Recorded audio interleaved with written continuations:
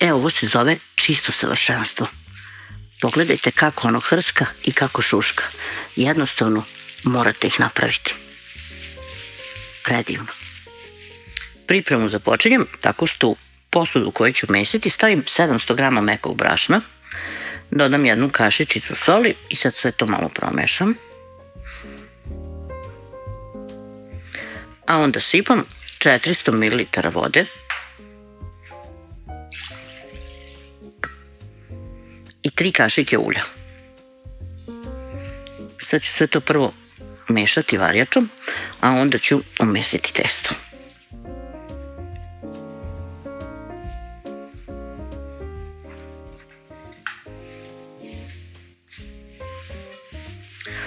Otprilike kada više nema jako vlažnih delova, krenem da mesim. Mešam varjačom sve dok mogu, da mi se ne bi previše ovih vlažnih delova zalepilo za ruke. Onda posle dok to skinem, ovako mi je jednostavnije. Mesit ću dok ne pokupim sve iz posude i celo testo mi se ne oblikuje u loptu.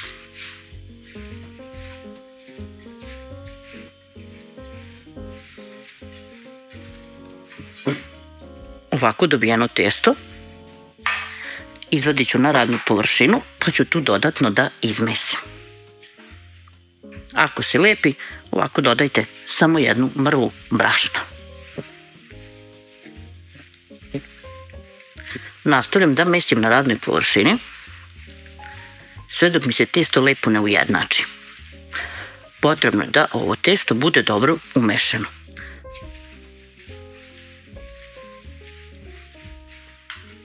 Otprilike ovako. I sad ovo umešano testo malo ću ovako da zaokružim, potapkam, pa izdelim. Ovako i ovako. Podelit ću testo na 20 delova.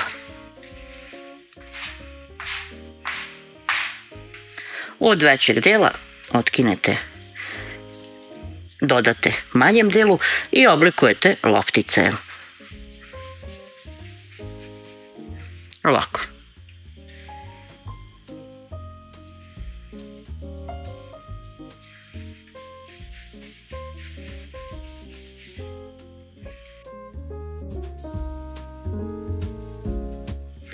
Poslažemo loptice testa, postojimo od gore sa jako malo brašna, prekrijemo najlonom kako se ne bi sušile, od gore stavimo krpu i ostavimo da odstoje 15 do 20 minuta. Uzimamo jednu po jednu kuglicu testa, pa uz pomoć malo brašna razvlačimo na stolu.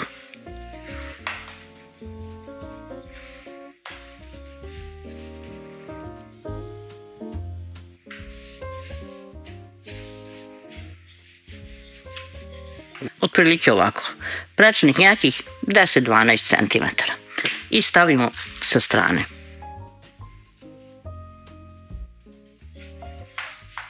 I sad taj postupak ponavljamo sa svim ovim kuglicama.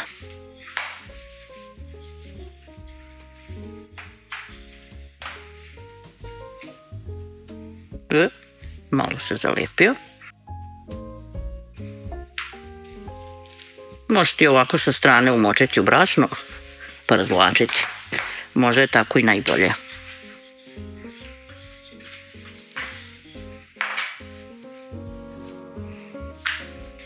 Ovo ide veoma brzo. Ne oduzima se to nešto mnogo vremena. Samo što morate više puta da razvlačite. Jedno testo veliko ili ovih više malih. Uzmemo onu istu tacu na kojima su nam stajale loptice, umekšamo 200 grama maslaca i sad stavimo ovako 2 dela testa i premažemo maslacem.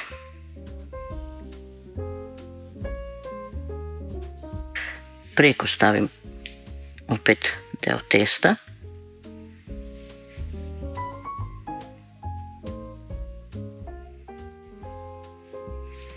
Pa opet premažem. Ovaj ću postupak ponavljati dok ne utrošim sve delove testa i maslac. Tako bi trebalo da se rasporedi. Svaka ova gomila imaće 10 delova testa. Vid komarac. Šu. Vid ga. Ovo je pretposlednji deo testa. Tamo ću tu da iskoristim maslaca što je ostalo. To nam je poslednje mazanje. Zadnji ovaj sloj nećemo premazivati. Slobodno bogato mažite da biste iskoristili sve i da bi se tu kasnije fino listalo. Ako nema dovoljno masnoće, neće ni da se razlista. Sad ove naše 2 tortice testa prekrivamo najlonom. Uzmete onaj isti koji ste koristili, prekrijete. Možete da stavite i krpu, u stvari preporučujem, kako se ne bi ništa osušilo, i nosimo u frižider nekih 30 do 40 minuta koliko imate vremena. Bitno je da nam se maslac stegne. Izvodimo iz frižidera i sad uzmemo jedan ovaj deo, pa 100 pospemo brašnom. Pospemo brašnom i testo. Sad prvo ovako malo rukom istiskamo. Okrenemo drugu stranu kako bi razvlačenje bilo ravnomerno. Pa stiskamo i drugu stranu.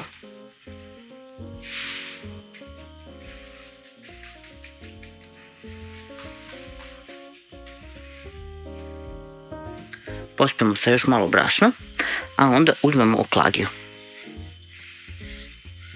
Razvlačimo levo desno, ali ne do kraja. Ostavljamo ove ivice deblje kako bismo, kada njih razvučemo, napravili pravugaonik. Evo ovako. Op i op. I op i op.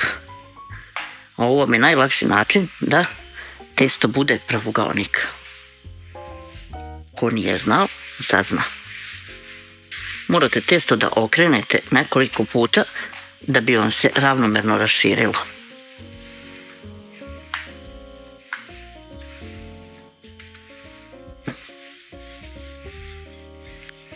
Sad kad ovako razvučemo testo, i ne znam ovo koje su dimenzije, otprilike nekih 40 do 50 sa 60, aj sad kao otprilike. Sručemo ovako po sredini. Potrudite se da bude jednako, ne ovako krivo kao kod mene. I onda sečem na 3 dela. Ne znaš ko je krivlja, ali nema veze. I sad ćemo stavljati nadev od sira. Nadev možete da stavite koji go želite. Sir ako nije slan, već znate, posolite. Uvek preporučujem zrelije, masnije sireve, zato što je sa njima sve ukusnije. Otprilike ovako. Sad ću malo da posolim, pošto ovaj sir uopšte nije slan. Pa ću i da uvijem. Samo ovako. To je dovoljno.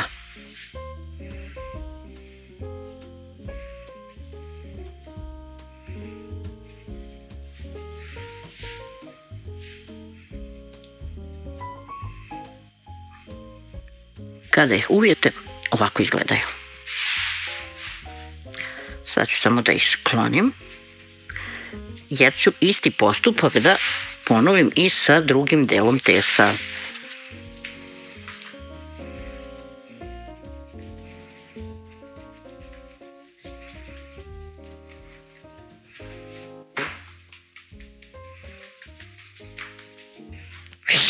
Sad je malo bolje. Ove dve ću ostaviti prazne, pošto nemam dovoljno sira, a možda će neko teti da ih pojede i slatke. Kada su ovako prazne, što bi se reklo suve, možete da jedete sa čime želite. Pleh obložimo papirom za pečenje, parulnice poslažemo. Ovdje gdje vam je bio maslac možete usuti malo ulja i onda sve premazati. Pošto premažete, uključite rernu da se zagreje na 200 stepeni. Pošto se rerna zagreje, nosimo ih da se peku. Rolnice su se ispekle. Vreme pečenja je oko 40 minuta. Brzo ću samo da vam pokažem dok ih još uvek ima kako izgledaju. Slušajte. Pogledajte tu lepotu. Koliko je to lisnato i fino. Prijatno.